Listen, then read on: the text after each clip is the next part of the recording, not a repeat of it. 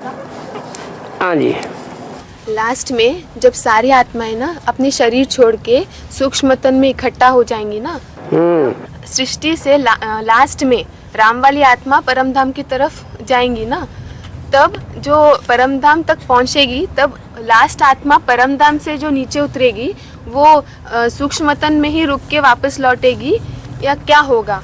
क्योंकि लास्ट में राम वाली आत्मा निकल जाती है ना सृष्टि से। जैसे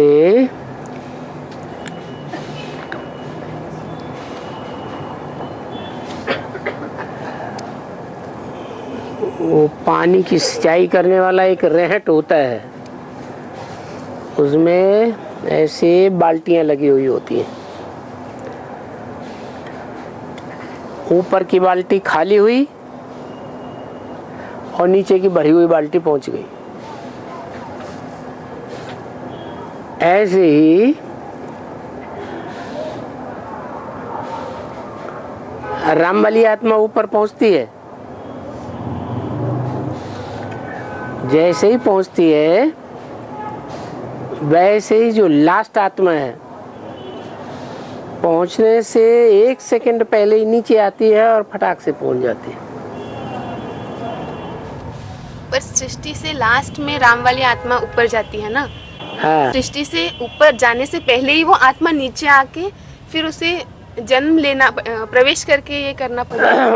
ऊपर से आत्मा जो लास्ट उतरेगी उसी समय राम वाली आत्मा पहुंचेगी, 1 ही सेकंड में।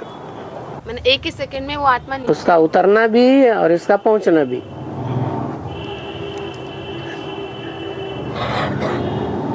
और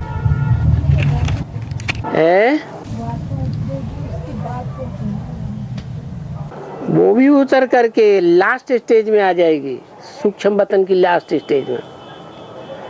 ऊपर से उतरी, वो उतरी और राम वाली आत्मा पहुंच गई और वो उतर करके लास्ट स्टेज में पहुंच गई।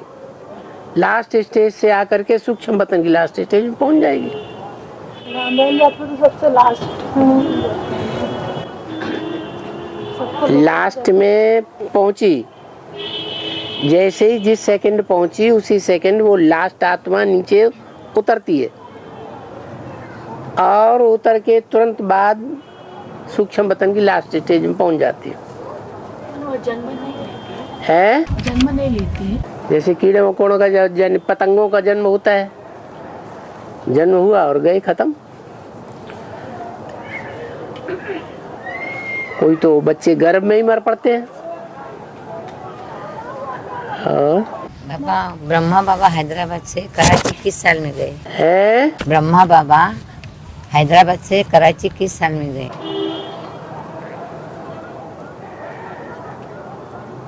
जब झगड़ा शुरू होता है पवित्रता की बात पर,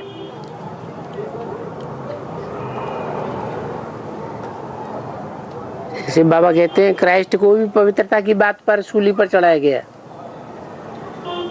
ऐसे ही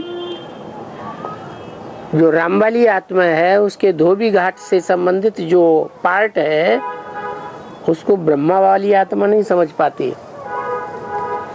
न समझ पाने के कारण वो बात जब समाज में बाहर आती है तो भाग जाते हैं और उनके भाग जाने पर उनके पीछे पीछे है और जितने भी हैं उनको पता ही नहीं ब्रह्मा बाबा कहाँ चले गए, वो भी धीरे धीरे खिसक जाते हैं, सहारे ही खिसक जाते हैं। और दुनिया वालों का जो युद्ध है अज्ञानता का, और राम वाली आत्मा तो ज्ञान में है, तो वो युद्ध जोर पकड़ जाता है और उस समय ज्ञान पूरा न होने के कारण राम वाली आत्मा कच्ची पड़ जाती है। लेकिन युद्ध छोड़ती नहीं है, न छोड़ने के कारण फिर उसकी हत्या हो जाती है। वो तो जब हत्या हुई है तो वो आत्मा सूक्ष्म शरीर धारण करेगी या किसी गर्भ में प्रवेश करेगी? घर में प्रवेश करेगी तुरंत। उसकी तो हत्या हुई है फिर भी याद कर हैं? याद के मैदान युद्ध के मैदान हैं? युद्ध के मैदान में जो लड़ते हुए मरेंगे और स्वर्ग में जाएंगे।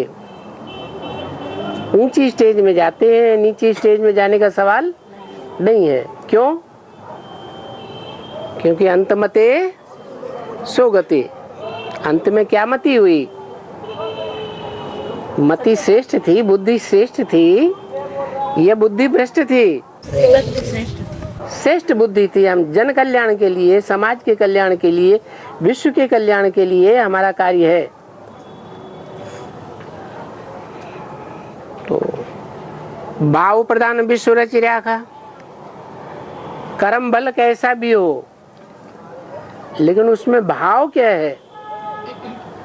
भाव विश्व कल्याण का है या स्वार्थ का है? विश्व कल्याण का भाव था। इसलिए उस आत्मा का सूक्ष्म वतनवासियों में लिस्ट में जाना संभव नहीं है।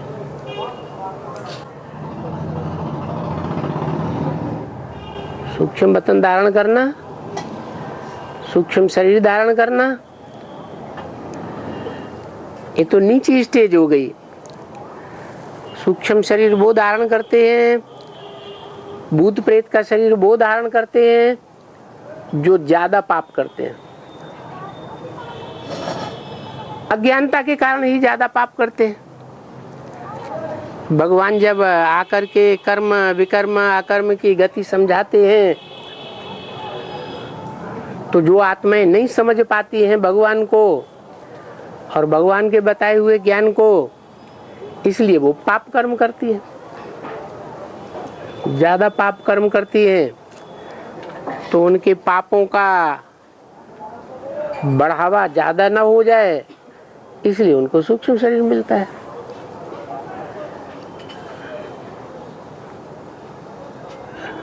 और बाबा, कई बच्चे ऐसे समझते हैं कि मैंने बाबा से किसी भी प्रकार का श्रीमत लेते हैं और उसको फॉलो नहीं कर पाते हैं, तो उससे तो दुगना बोझा चढ़ेगा ना। तो इसलिए हाँ जी, इसलिए क्या करते हैं, वो काम कर लेते हैं, बाबा को बता देते हैं। बाद में बता देते हैं कि पहले बता देते? बाद में बता देते। फिर क्या फायदा? तो ये तरीका तो सही नहीं है ना। बाद में बताने से क्या फायदा? काम तो कर लिया। काम अच्छा है या बुरा है, करने योग्य है नहीं करने योग्य है, फायदा होगा नुकसान होगा, ये तो मालूम ही नहीं है उनको। तो बाद में बताने से तो फायदा नहीं ना। बाद में बताया, फायदा तो मिला नहीं। हाँ, पहले बता दें और फिर उल्टा कर्म करें, श्रीमत के बरखिलाफ ही कर्म करें, तो फिर बोझा और ज्यादा चढ़ जाता है। एक तो उल्टे कर्म का बोझा और दूसरे अवज्ञाकारिता का बोझा, नाफरमानी की, उसका बोझा चढ़ गया। और बाबा, कोई में सोल प्रवेश करती है तो वो ना आत्मा को याद कर पाता है अपनी और ना बाप को याद कर पाता है, तो वो पुरुषार्थ कैसे करेगा?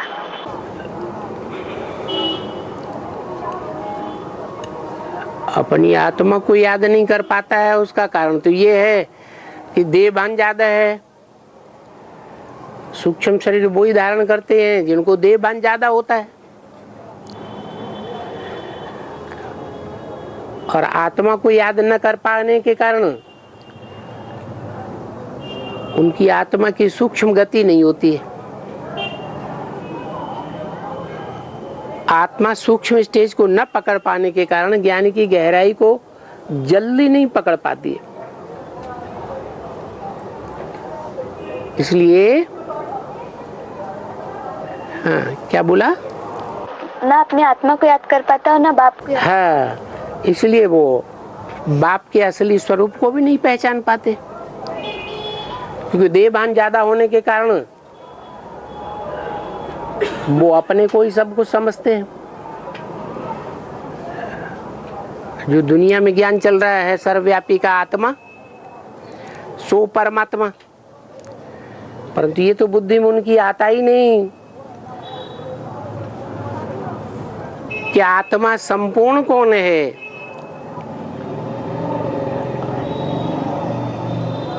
और नंबर बार अपूर्ण आत्मा कैसे है? संपूर्ण आत्मा तो वो है जो पूरे 84 का चक्र लगाती है। अपूर्ण आत्मा वो है जो 84 का कम से कम चक्कर लगाती है। ज्यादा अनुभव किसमें आएगा? जो पूरा आत्मा चक्कर लगाती है उसमें पूरा ज्ञान भरेगा, पूरी योग की पावर आएगी।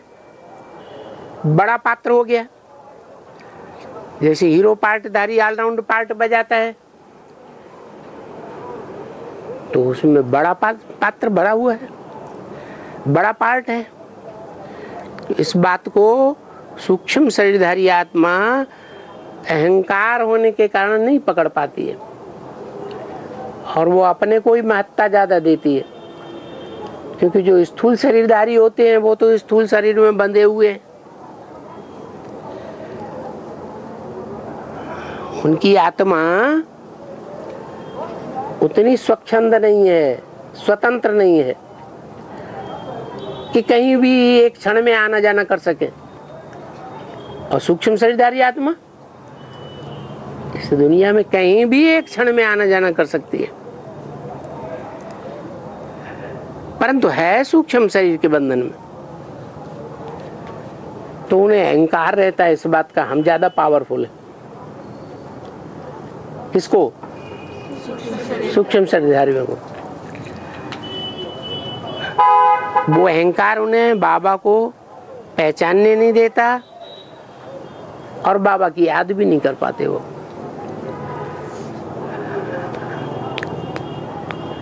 और तो पुरुषार्थ करें कैसे? है पुरुषार्थ कैसे? वो कहाँ पुरुषार्थ करते हैं? पुरुषार्थ कहाँ करते हैं? पुरुष माने आत्मा। वो जो कुछ भी करते हैं, पुरुष माने पुरु माने शरीर, पुरी शरीर रूपी पुरी, श माने शेते, जो शरीर रूपी पुरी में शयन करता है वो है पुरुष। तो उनको तो शरीर ही नहीं है, और शरीर है भी तो कौन सा शरीर है? सूक्ष्म शरीर, अधूरा शरीर है। तो वो पुरुष अर्थ कहाँ करते हैं? वो शरीरधारी जिसमें प्रवेश करते हैं ना, वो शरीरधारी पुरुषार्थ नहीं करता। वो जिसमें प्रवेश करते हैं उसका पुरुषार्थ खराब हो जाता है उस समय के लिए, उसको अपना भान नहीं रहता है। कोई वो शरीरधारी को फीलिंग होता है कि उस आत्मा के कारण वो बाप को याद नहीं कर पा रही।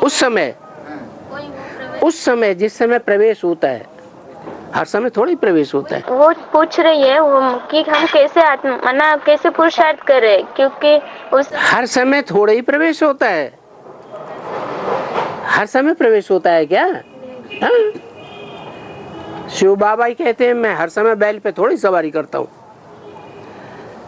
तो और जो सूक्ष्म शरीरधारी आत्मा है वो हर समय कैसे प्रवेश करेंगे? जैसे राम वाली आत्मा है, राम वाली आत्मा में ब्रह्मा की सोल ज्ञान चंद्रमा भी प्रवेश करता है, शिव भी प्रवेश करता है। तो क्या वो ज्ञान चंद्रमा वाली आत्मा हर समय प्रवेश करती है कि गुलजार दादी में भी जाती है? हैं? और बच्चों में भी नहीं जाती है? और बच्चों में भी जाती है। तो जिस समय उसका प्रवेश नहीं है उस समय पुरुषार्थ करेगी कि नहीं? करती है। हाँ जी। भक्ति मार्ग का संस्कार रहेगा तो शरीर छोड़ना पड़ेगा, बाबा बोले है। कौन कौन सी बातें भक्ति मार्ग में? कोई संस्कार एक 100% की स्टेज में पहुंच गया तो शरीर छोड़ना पड़ेगा। ऐसे नहीं सारे ही भक्ति मार्ग के संस्कार हैं, वो सारे ही उदय हो जाएंगे तब शरीर छोड़ना पड़े, नहीं। कोई भी एक भक्ति मार्ग का संस्कार अपनी चरम सीमा पर पहुंचेगा तो शरीर छोड़ना पड़ेगा। भक्ति मार्ग का संस्कार माना क्या बाबा? हेलो, यही पता नहीं है कि भक्ति मार्ग के संस्कार कौन से हैं जिन्हें हमें मुर्दाबाद करना है, और ज्ञान मार्ग के संस्कार कौन से हैं जिनको हमें जिंदाबाद करना है?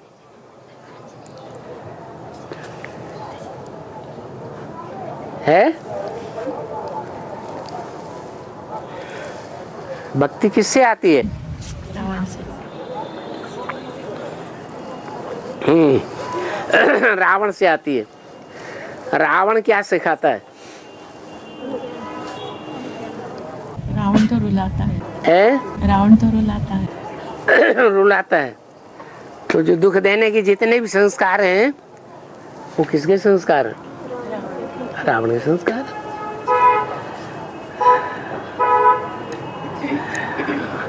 बाबा, है एक भाई का प्रश्न है। बाबा के बच्चे माउंट आबू में जाकर प्लॉट के धंधे में कमाई करते हैं। हाँ। अपने ही भाई को दुगने रेट से बेचते हैं, मतलब कई गुना ज्यादा रेट से बेचते हैं। तो इसका क्या इसकी शूटिंग होगी? वो अपनी धन को जो कमाया हुआ है जिंदगी में उसकी सेफ्टी करते हैं। जो धन कमाया हुआ है, बाहर की दुनिया में धन लगाएंगे, प्रॉपर्टी खरीदेंगे, वो तो सब खत्म हो जाएगी, अंत तक तो काम नहीं आएगी। लेकिन माउंट आबू में जो धन लगाएंगे तो जहां हमारा धन होगा वहां हमारा मन भी जाएगा। तो उन्होंने तो फैसला कर लिया कि हमको अंतिम समय में वहां जाना ही जाना है, और वहां जाएंगे तो संग का रंग लगेगा कि नहीं लगेगा, तो कुछ न कुछ कल्याण तो होगा। है बेचते हैं। हाँ, वो अगर प्रॉफिट लेकर के दूसरों को बेच देते हैं, दूसरों को माना है ज्ञान वालों, और कहीं दूसरे को बेच देते हैं ज्यादा प्रॉफिट मिल जाए, तो ये भी तो हो सकता है।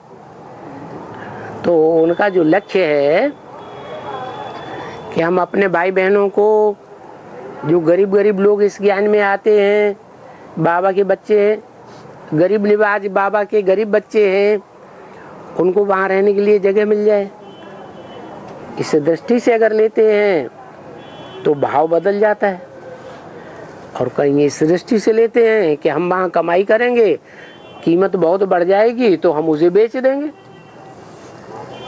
दुनिया वालों को बेच देंगे तो और ज़्यादा पैसा मिलेगा। जैसे विदेशी लोगों को पता चलेगा तो उनके पास तो बहुत पैसा है, तो उनको बेच देंगे।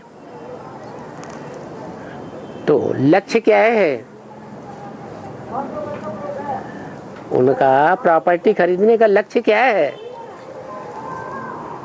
कमाई करने का लक्ष्य है या ईश्वरीय सेवा करने का भी लक्ष्य है? कमाई करने का लक्ष्य है। और बाबा, सच्ची आत्मा और झूठी आत्मा दोनों में क्या अंतर दिखाई देगा? झूठी आत्मा झूठ के पीछे चलेगी, रावण के पीछे चलेगी, और सच्ची आत्मा सत्यम शिवम सुंदरम के पीछे चलेगी। किसको फॉलो करेगी? है जैसा खून होगा वैसे ही को फॉलो करेगी। सच्चे बाप का खून होगा तो सच्चे बाप को फॉलो करेगी, और झूठे बाप का खून होगा तो झूठे को फॉलो करेगी। झूठा बाप क्या होता है?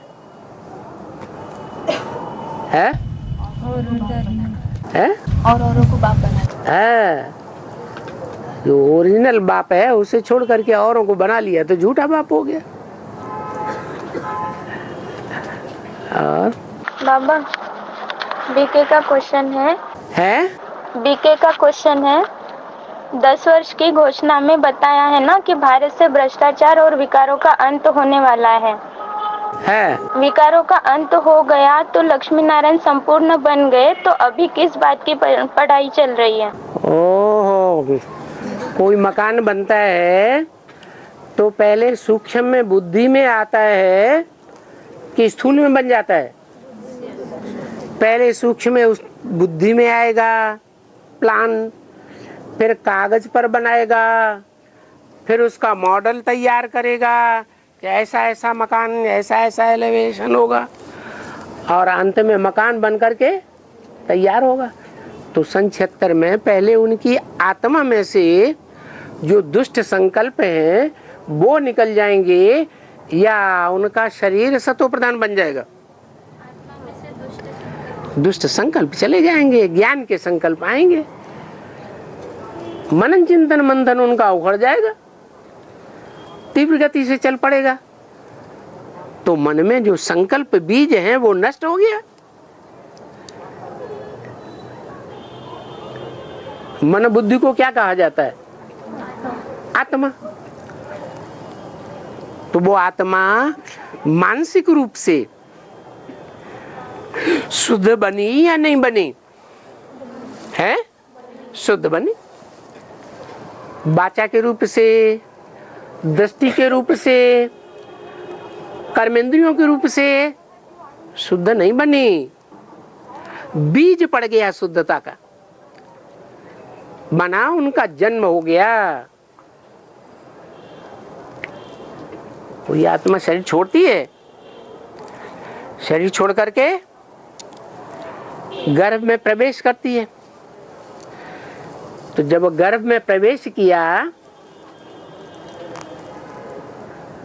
तो भी उसको जन्म कहेंगे या नहीं कहेंगे? गर्भ में कोई का जन्म भी होता है और गर्भ में कोई मर भी पड़ते हैं।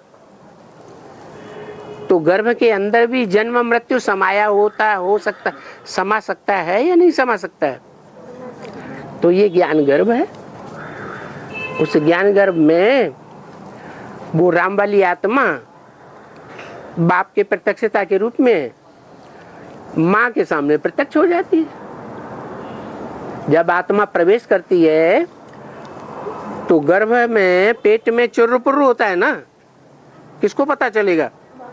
माँ को पता चलता है। तो यज्ञ की माताओं को पहले पता चलता है। क्या इसको पहले पता चलता है? यज्ञ की माताओं को। जैसे माया बेटी है, वो भी यज्ञ माता है या नहीं है? उसको भी पता चलता है। लक्ष्मी बनने वाली आत्मा है,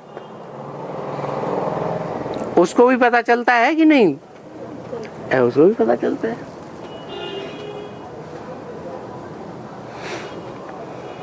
और पानी ला।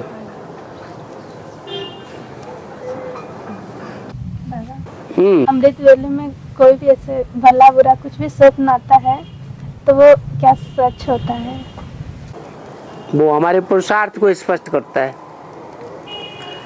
जैसे बाबा ने मिसाल दिया, कपड़ा बेचने वाला बजाज सारा दिन कपड़ा फाड़ता है, रात में अपनी धोती फाड़ देता है। तो क्या साबित हुआ? क्या साबित हुआ? सारा दिन जो संकल्प आते हैं वही संकल्प रात में स्वप्न के रूप ले लेते हैं। लेकिन संकल्प तो नहीं करते हैं। तो संकल्प नहीं करते हैं। संकल्प नहीं करते हैं? ऐसे कैसे?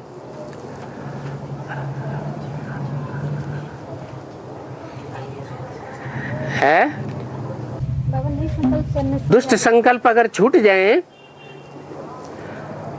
तो आत्मा कहाँ पहुंच जाएगी? स्वर्ग का अनुभव करेगी या नरक का अनुभव करेगी? स्वर्ग का अनुभव करेगी। मनन चिंतन मंथन में ही बुद्धि लग जाए, दुनिया के संकल्प में बुद्धि न लगे, नई दुनिया की प्लानिंग में ही बुद्धि लग जाए, पुरानी दुनिया के महलमाड़ियां बनाने में बुद्धि न लगे।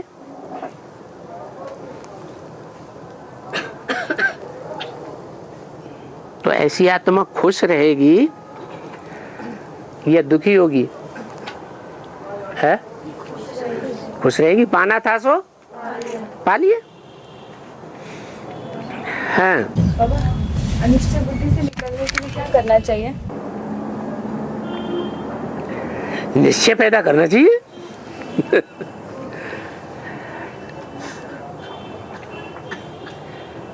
निश्चय पैदा करना चाहिए। अनिश्चय की जो बातें हैं उनका कारण क्या है जो हमें अनिश्चय आ रहा है वो ढूंढना चाहिए। निश्चय किस किस बात पर करना है? पहले अपनी आत्मा पर निश्चय कि मैं आत्मा बाप का बच्चा हूं। दूसरा बाप के ऊपर निश्चय। तीसरा ब्रह्म के ऊपर निश्चय। तो कारण ढूंढना है कि हमें जो अनिश्चय आ रहा है कहां पर अनिश्चय आ रहा है। बाप के ऊपर अनिश्चय आ रहा है।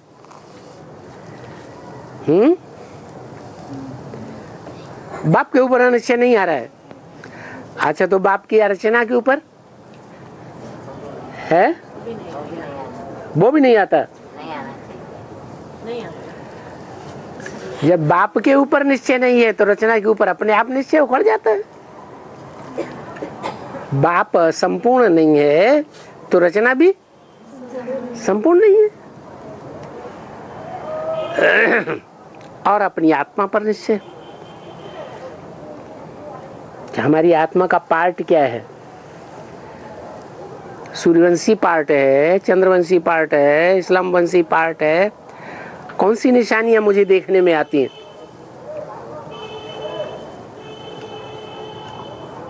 हर धर्म की निशानियां है ना,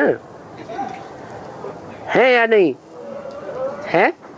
है तो निशानियां मेरे से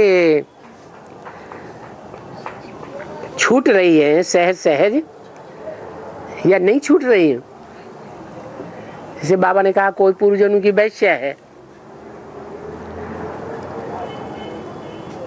यहाँ संगम युग में ज्ञान में आकर के ब्राह्मण बन जाती है, तो क्या होगा अंत में? है वो फिर भी वैश्यावृत्ति में चली गई। तो संस्कार जो है वो छूटते नहीं है,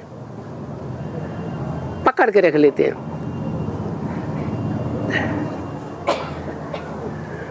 जो जिस धर्म का होगा वो उसी को फॉलो करेगा, उसी की बात मानेगा। मुरली का हर पॉइंट उसको अच्छा नहीं लगेगा। ये बात मैं नहीं मान सकती।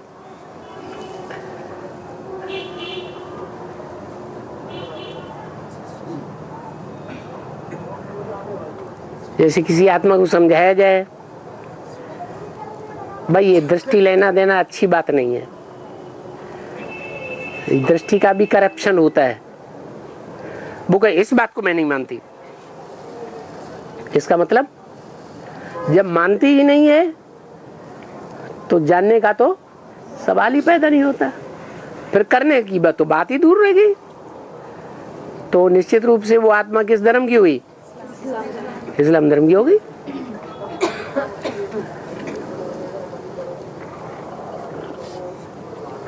बाबा, कोई बहन और माता यहाँ सरेंडर होना चाहती है तो वो माता जी वानप्रस्थ अवस्था में व बीमारी में घर उसको भेजा जाएगा क्या? है? उस माता जी को घर भेजा जाएगा क्या? ये किसने कहा? ये किसने कहा? मनमत ने कहा या किसी मनुष्य की मत ने कहा? किसने कहा? अरे आपके कान में किसने कहा? या शिव बाबा ने कहा? नहीं, प्रश्न है कि हाँ, प्रश्न क्यों बता रहे हैं? प्रश्न का जवाब दे रहे हैं। जिसका भी प्रश्न है वो समझ ले कि उसके कान में ये बात किसने कही। मुरली ने कही, ब्रह्मा बाबा के मुख ने कही, शिव बाबा ने कही, अपनी मनन के मत ने कही, मनमत ने कही, या किसी मनुष्य की मत ने कही? किसने कही है? मुरली में तो बाबा ये कहते हैं, बाप बच्चों को नहीं छोड़ते, बच्चे अपने आप ही भाग जाते हैं। बाप तो और ताकीद करते हैं, बच्चे मधुबन छोड़ करके अगर घर में गए तो वहां घर में माया मुंह फैलाए बैठी खड़ी हुई है। गए और जाते ही हाप।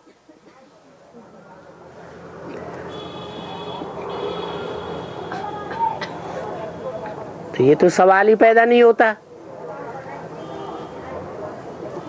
कि यज्ञ में अगर कोई माताएं बीमार होती हैं या कोई कन्याएं बहुत बीमार होती हैं तो बाबा उनको घर भेज देंगे। हाँ, उनकी तरफ से ये प्रपोजल आता है क्या? क्या बाबा हम घर चले जाएं? तो बाबा तो कहते हैं, कोई पूछता है बाबा से शादी करें बाबा, तो बाबा क्या कहेंगे? हाँ बच्चे, बाबा तो चाहते हैं कोई ऐसा वीर बहादुर निकले। कैसा निकले? महावीर निकले, जो घरगृहस्थ में रह करके शादी करके पवित्र रह के दिखाए। तो बाबा परमिशन देंगे या नहीं देंगे? हैं? हाँ? और बाबा, कोई आत्मा ज्ञान में नहीं चलता है पर उस बाबा को याद करते हैं, तो उनकी क्या शूटिंग होती होगी? ज्ञान में नहीं चलता है, उसे बाबा को याद करता है? ज्ञान में नहीं चलता है तो अज्ञान में चलता है कि ज्ञान में चलता है? हाँ? कहाँ चलता है? अज्ञान में चलता है। उसे तो बाप का ज्ञान ही नहीं है तो याद कहाँ से करेगा? अरे जिसको ज्ञान होगा वो ही तो याद करेगा। और बाबा, महाभारत युद्ध कब होगा और हमें माउंट आबू कब जाना है?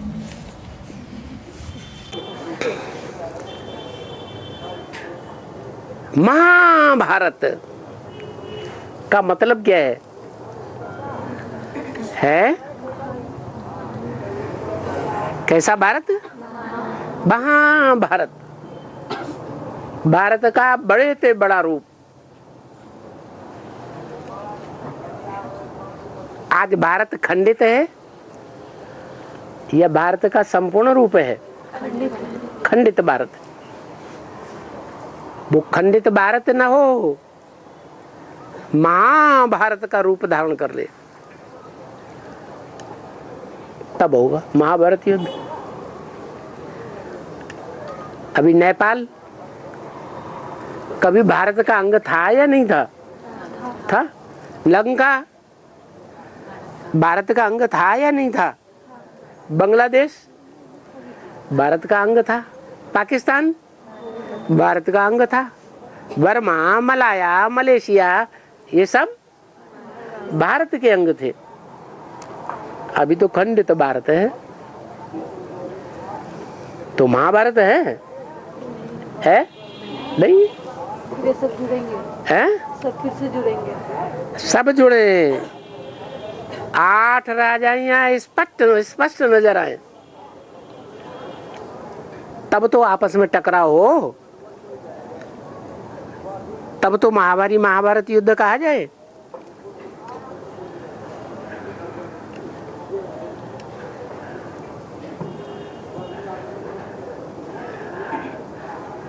और बाबा, और हमें माउंट आबू कब जाना है? बाप के पीछे पीछे हमको भी नंबरवार जाना है। माना महाभारत युद्ध के बाद ना? वाह,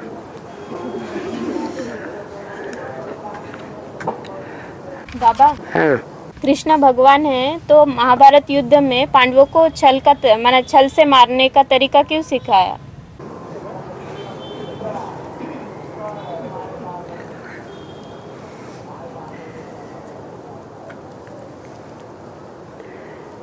विष का जवाब सांप काट लेता है कोई को,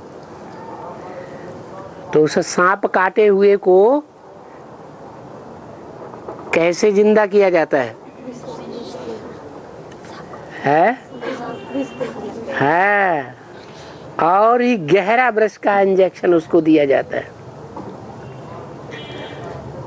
लोहा है, लोहे को काटने के लिए छेनी चाहिए,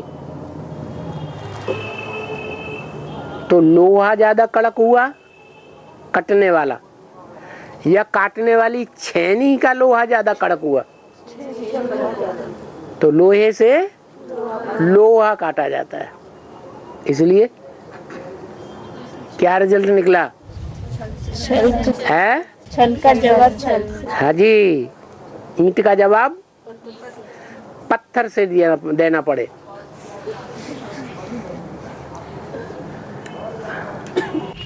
बाबा है सेवा के लिए बुलाते हैं पर मुंह पर ही मना कर देते हैं। सेवा के लिए किसी को बुलाते हैं हाँ लेकिन मना कर देते हैं। हाँ कहते हैं अंत में सेवा काम में नहीं आवेगा, हाँ। ज्ञान काम में आवेगा, क्लास करना है, कोर्स सीखना है, ऐसे बोलते हैं। उनका क्या होगा? उनसे पूछना चाहिए जिंदगी भर पढ़ाई पढ़ी जाती है या पढ़ाई का लक्ष्य सेवा करना होता है? सेवा करना। पढ़ाई का लक्ष्य क्या है? नौकरी करना, धंधा करना। जिंदगी भर कोई पढ़ाई पढ़ता है क्या? नहीं। ऐसे यहाँ भी है। पढ़ाई तो बहुत सहज है या कठिन है?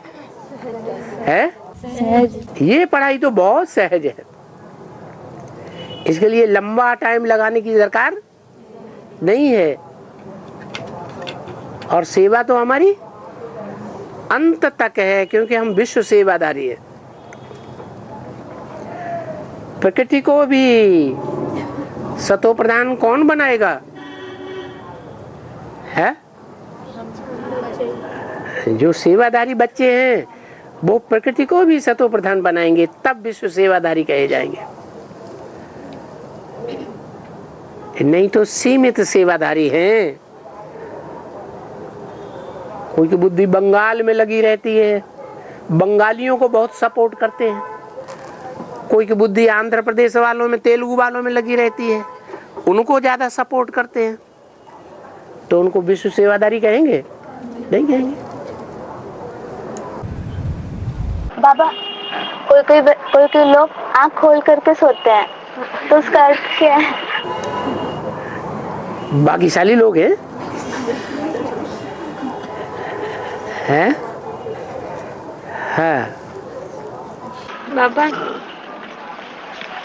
बाबा ने कहा ना तुम बच्चों को त्रिमूर्ति का एक्यूरेट चित्र निकालना चाहिए, तो एडवांस में तो त्रिमूर्ति का एक्यूरेट चित्र निकल चुका है ना? त्रिमूर्ति का एक्यूरेट चित्र निकल चुका है ना एडवांस में? तुम बच्चों ने जब बाबा तुम कहते हैं तो नंबरवार कहते हैं या सबको तुम कहते हैं? तो नंबरवार में अव्वल नंबर कौन है? जो लक्ष्य को प्राप्त कर ले वो नंबरवार हो गए। कौन हुए? अरे अकेला चना बाढ़ फूंकता है?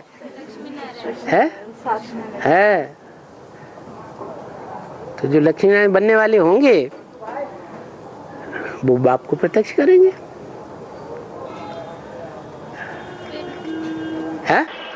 एक्यूरेट चित्र नहीं निकला अभी तक। एक्यूरेट चित्र नहीं निकला? निकाला किसने?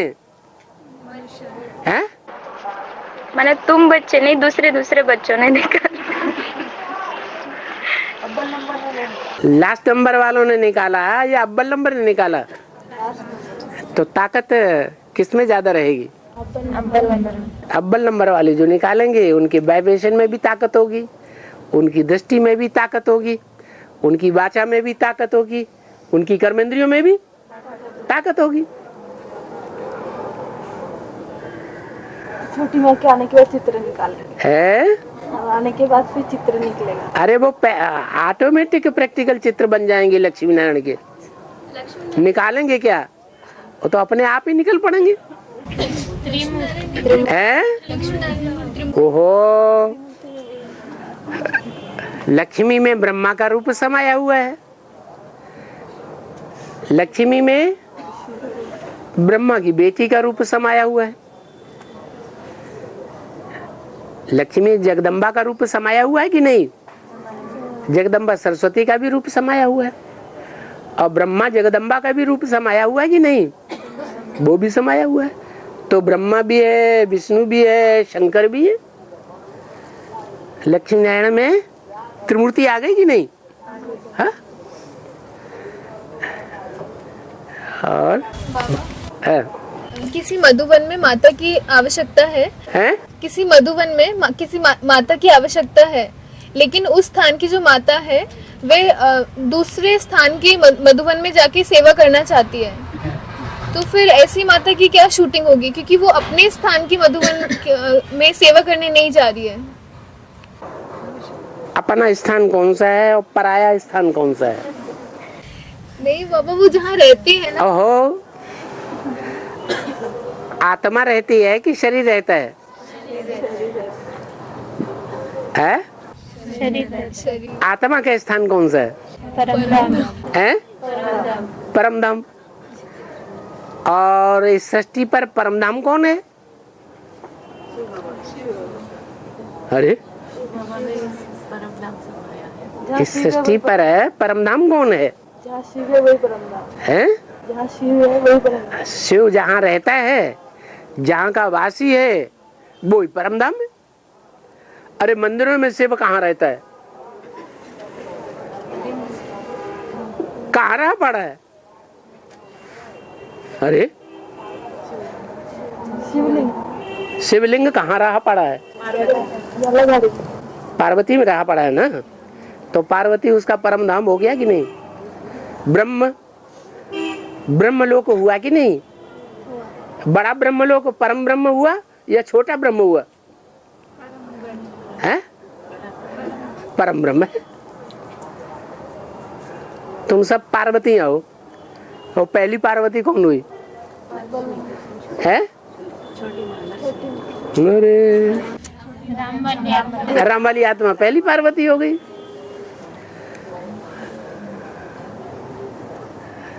शिव जहाँ रहता है वो आधार हो गया। आधार को धरणी कहा जाता है, वो ही माता होगी। माता माने ब्रह्म, बड़ी मम्मा हो गई, परम ब्रह्म हो गई। तब कहा जाता है त्वमेव माता च पिता त्वमेव। और लेकिन बाबा वहाँ जरूरत है उनकी। कहाँ जरूरत है? उस सेंटर पर उनकी जरूरत है। परमधाम में पहले पहुंचने की किसकी जरूरत है? है? परमधाम में पहले कौन पहुंचे? जिसको जरूरत है वो पहले जाएगा कि नहीं जाएगा?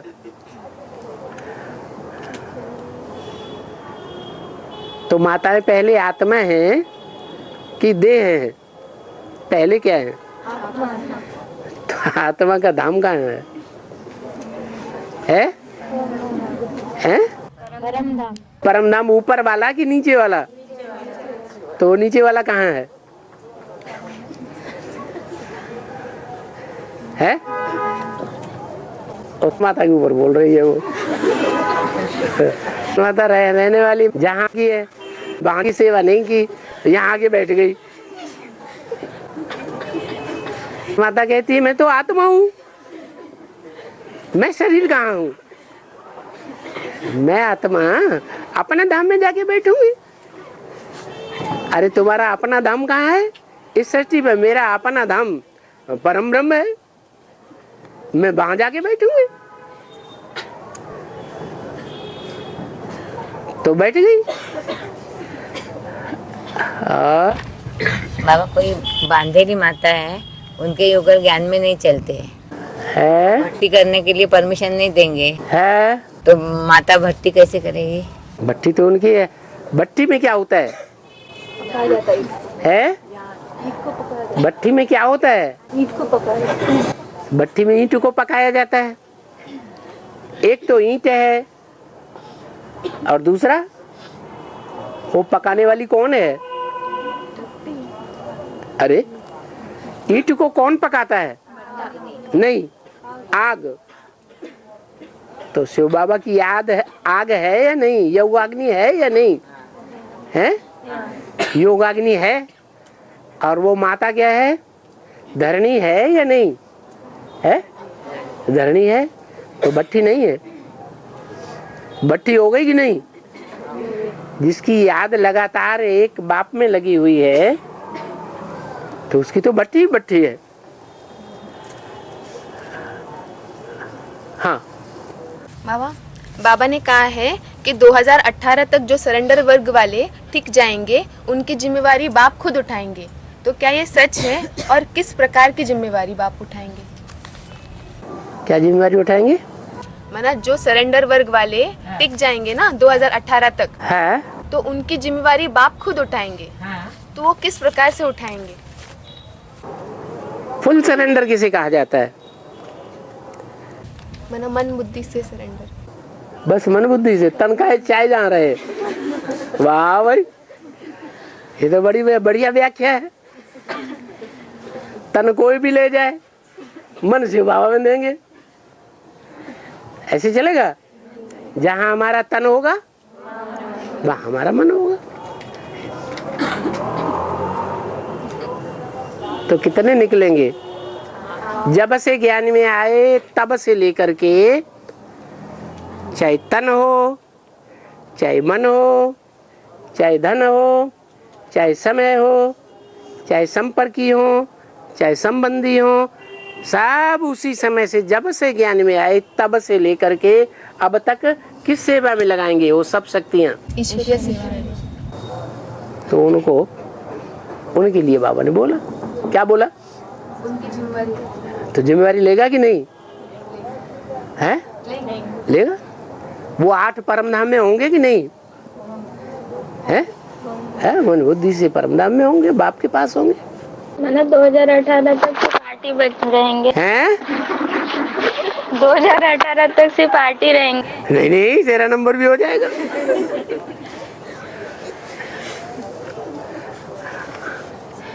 और बाबा ने मुरली में बोला है कि स्वर्ग बनाने वाले बाप पर टैक्स लगाते हैं। हैं? स्वर्ग बनाने वाले बाप पर टैक्स लगाते हैं। इसका अर्थ क्या है? बाप पर टैक्स इनकम टैक्स।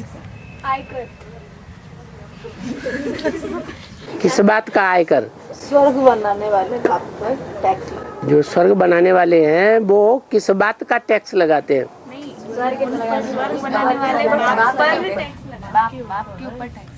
किस बात का टैक्स?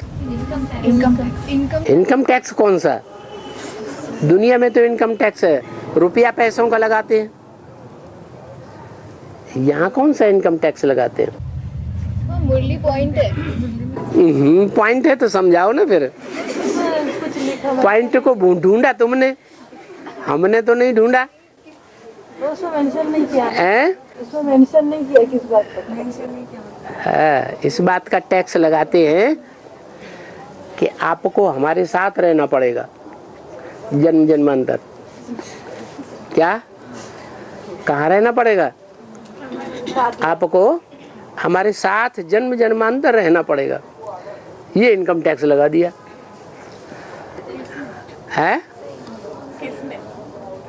किसने लगाया टैक्स? उन्हीं ने लगाया जो स्वर्ग बनाते हैं, जो स्वर्ग बनाने के निमित्त बनते हैं प्रैक्टिकल में।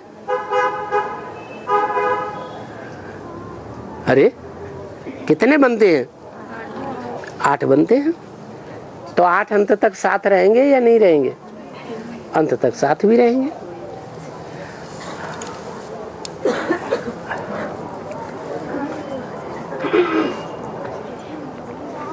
बाबा उमंग उत्साह भी गुम उमंग उत्साह गुम हो जाते, ये भी सजा है। हाँ, संगम युग मौजों का युग है, तो मौजों के युग में मौज में बने रहना चाहिए। उमंग उत्साह में बने रहना चाहिए या दुखी हो जाए, उमंग उत्साह खत्म हो जाए, वो तो ठीक नहीं है। माना स्वर्णिम संगम युग में आने में देर है, इसलिए ऐसा हो रहा है।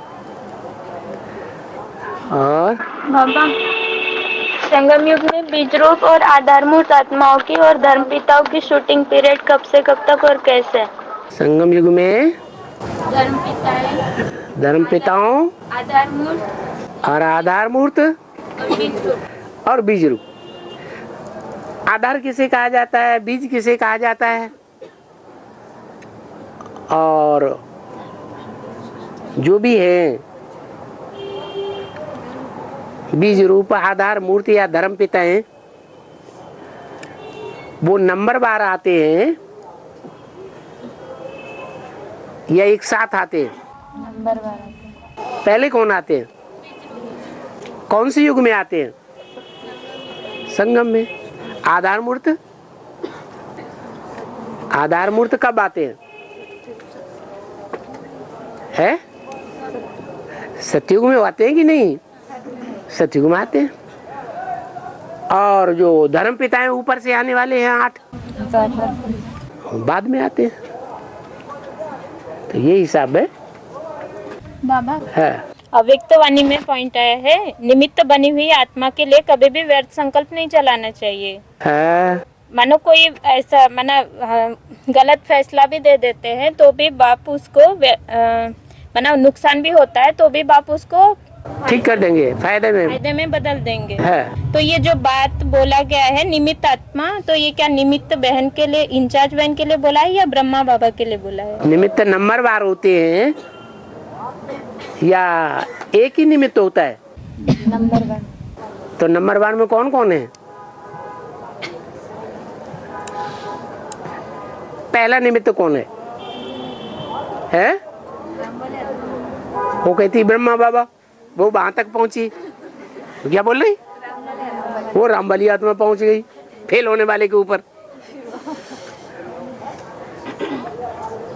कौन हुई निमित्त आत्मा अव्वल नंबर? शिव। शिव शिव निमित्त है, निमित्त साकार को कहा जाता है। तो बाबा कौन है? बाबा साकार होता है, शिव तो बिंदी का नाम है, निराकार का नाम है। और बाबा, बेहद में अकाले मौत माना क्या? अनिश्चय बुद्धि होना चाहिए अपने टाइम पर। फाइनल पेपर जब माया ले तो सब अनिश्चय बुद्धि हो जाएंगे, तो हम भी अनिश्चय बुद्धि हो जाएंगे। वो तो ठीक टाइम है। और कोई पहले ही फाइनल पेपर आने से पहले ही ढेर हो जाए तो उसको क्या कहेंगे? हाँ, काले मौत मर गया।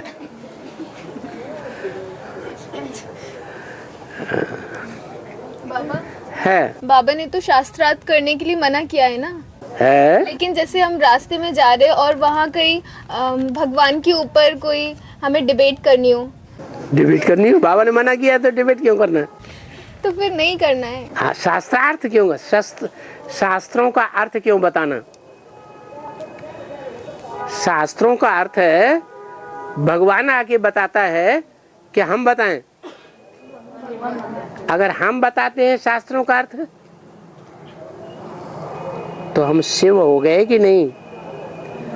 हम ही शिव भगवान हो गए ना, है? शास्त्रों का सही अर्थ भगवान ही आकर के बताता है, कोई मनुष्य नहीं बताते हैं। मनुष्यों ने अनेक प्रकार के शास्त्र लिखे और वेदों के इंटरप्रिटेशन किए, वेदवाणी के, सब झूठे निकले या सच्चे निकले? सब झूठे। दुनिया नीचे गिरती जाती है। बाप आकर के सही इंटरप्रिटेशन देते हैं, शास्त्रों का सार बताते हैं, तब दुनिया सुधरती है। तो शास्त्रार्थ तो करना ही नहीं है। शास्त्रार्थ करना माने से वो हम नहीं, वो भगवान के ऊपर डिबेट हो रही है ना, और हम तो डिबेट हो रही है, जो डिबेट कर रहे हैं उन्हें करने दो। हम शास्त्रों का अर्थ क्यों अपना अलग से बताएं जाके, और बताएंगे भी तो हमें ये नहीं कहना है कि हम बता रहे हैं, शिव बाबा ये अर्थ बता रहा है, शिव बाबा ने ये कहा है। घड़ी घड़ी मुंह से शिव बाबा निकलना चाहिए। शिव बाबा ने शास्त्र का अर्थ ये बताया। शिव बाबा ने बताया रावण कोई 10 सिर वाला आदमी नहीं होता, आदमी 10 सिर वाला होता तो पैदा कैसे होता, अटक जाता। बाबा वो 10 सिर जो हैं वो 10 धर्म पिताओं के सूचक हैं, क्या, जो देहभान में आ जाते हैं। तो फिर कर सकते हैं ना, है कर सकते, हम थोड़ा ही कर रहे हैं, बाबा ने बताया, बाबा ने अर्थ बताया, हम थोड़ा ही बता रहे। घड़ी घड़ी वो मुंह से निकलना चाहिए बाबा ने ऐसे बताया, बाबा ने ऐसे बताया। फिर वो पूछेंगे बाबा कौन, फिर ज्ञान सुनाना शुरू कर दो। आदि से लेकर के अंत तक की सारी हिस्ट्री बताओ।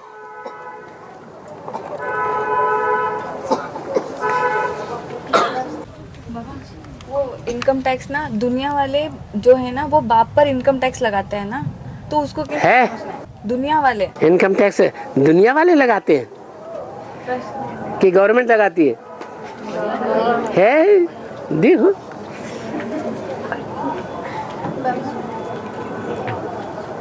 बाबा कुत्ता कितना वफादार होता है, सारे घर की रखवाली करता है, और बंदर में भी 5 विकार प्रबल होते हैं, फिर भी ऐसे क्यों हैं? बंदर में भी, बंदर में भी सबसे बड़ा बंदर मैं हूँ बोला। कुत्ता कितना वफादार होता है, सारे घर की रखवाली करता है। हाँ? और बंदर में भी 5 विकार प्रबल होता है। हाँ? फिर भी बंदरों में सबसे बड़ा बंदर मैं हूँ क्यों बोला है? क्योंकि बंदर में और हाथी में ज्यादा अहंकार किसमें होता है? बंदर में। दे हाथी निकलेगा उसको भी खोंक मारेगा, धमकी देगा, तो अहंकारी है तभी तो धमकी दे रहा है, नहीं तो हाथी तो अपना पांव रख देगा, दचाका निकल जाएगा। तो ऐसे ही है। कौन कौन बंदर, बड़ा बंदर कौन है? अरे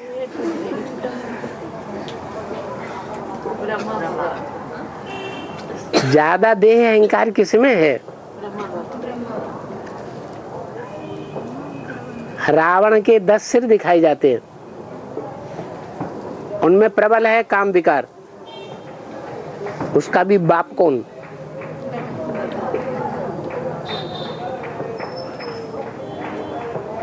वो कौन सी कमजोरी का नाम है? देह अहंकार। देह का अहंकार ही सबसे बड़ी कमजोरी है। उससे काम, क्रोध, लोभ, मोह, अहंकार सब पैदा होते हैं। देह का अहंकार ही नहीं होगा तो 5 विकारों में से कोई पैदा ही नहीं होगा। है ईश्वरीय संदेश देने के लिए कोई भाई अपना लौकिक सर्विस फील्ड बदलकर एक जिले से दूसरे जिले में जहाँ कोई बाबा का बच्चा नहीं है वहाँ अपना ट्रांसफर मना करके जा सकता है क्या? हाँ, अगर ऐसा करता है तो अच्छा ही करता है ना, बुरा क्या करता है?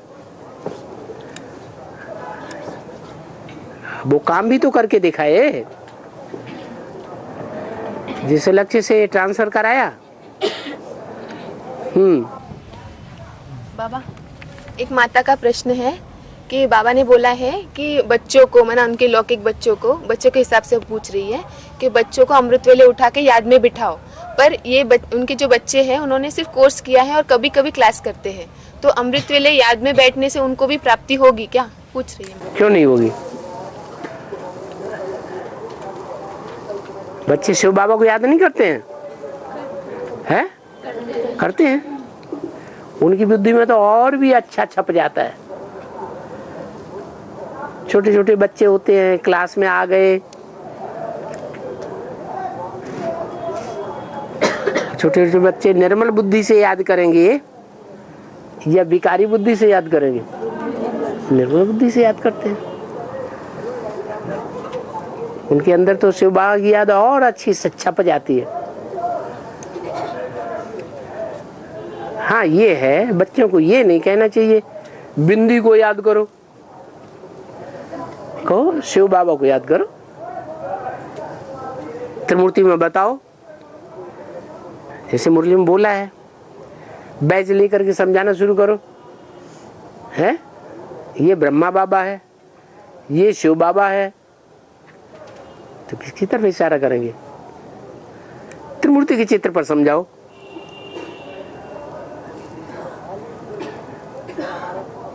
कौन है ब्रह्मा बाबा? सहन शक्ति का आधार है।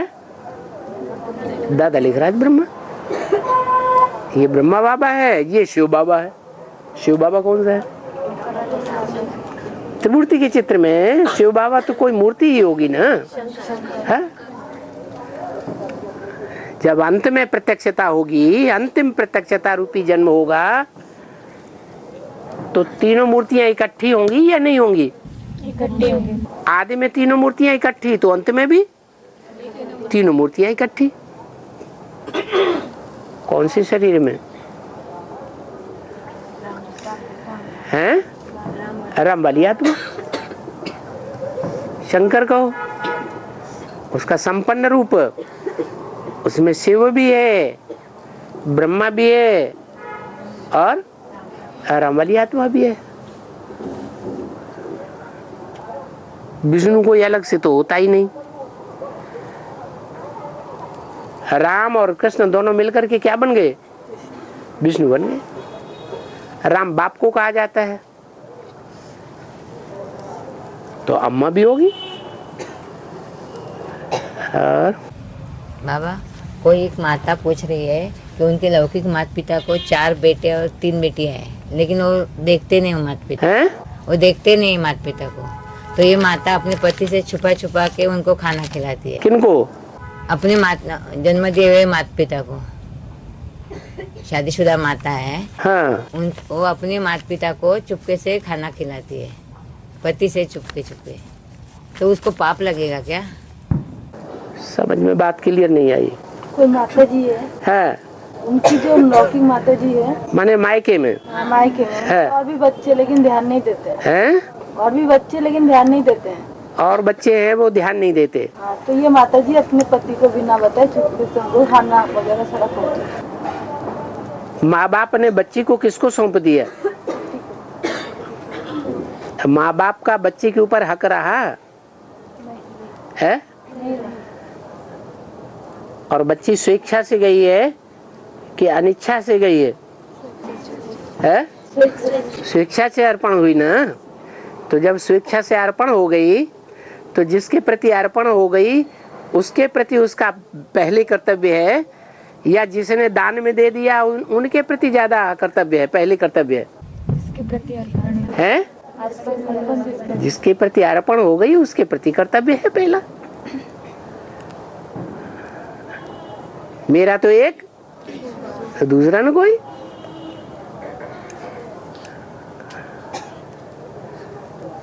पाप किसके ऊपर पड़ेगा?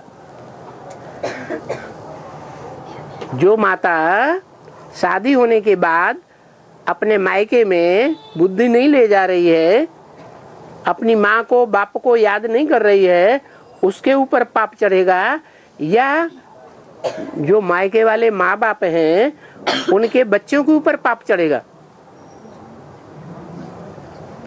अरे माँ बाप को देखने का पाप किसके ऊपर है? न देखने का बच्चों के ऊपर है।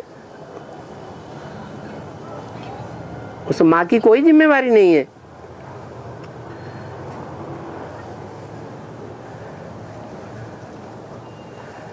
बाबा, हाँ, तोता रटन व्यर्थ है, ऐसा क्यों कहते हैं? है, तोता जो रटता है उसको रटाया गया, मान लो किसी तोते को, तो जो रटाया जाए तब वो बोलता है कि नहीं? उसको रटाया गया, तोता राम नल पर नहीं बैठना, तोता राम नल पर नहीं बैठना, और वो किसी नल पर जाके बैठता है और फिर बोलता है तोता राम नल पर नहीं बैठना, तोता राम नल पर नहीं बैठना। तो क्या है, फायदा है? ऐसे ही बेसिक ज्ञान है। बेसिक ज्ञान को कुमारका दादी का ऐसी शिफ्ट थी कि पूरी मुरली उनको सुना दी जाए एक बार या पढ़ लें वो, तो पूरी मुरली एक एक शब्द छोड़े बगैर सारी सुना देती थी। अर्थ को जानती थी?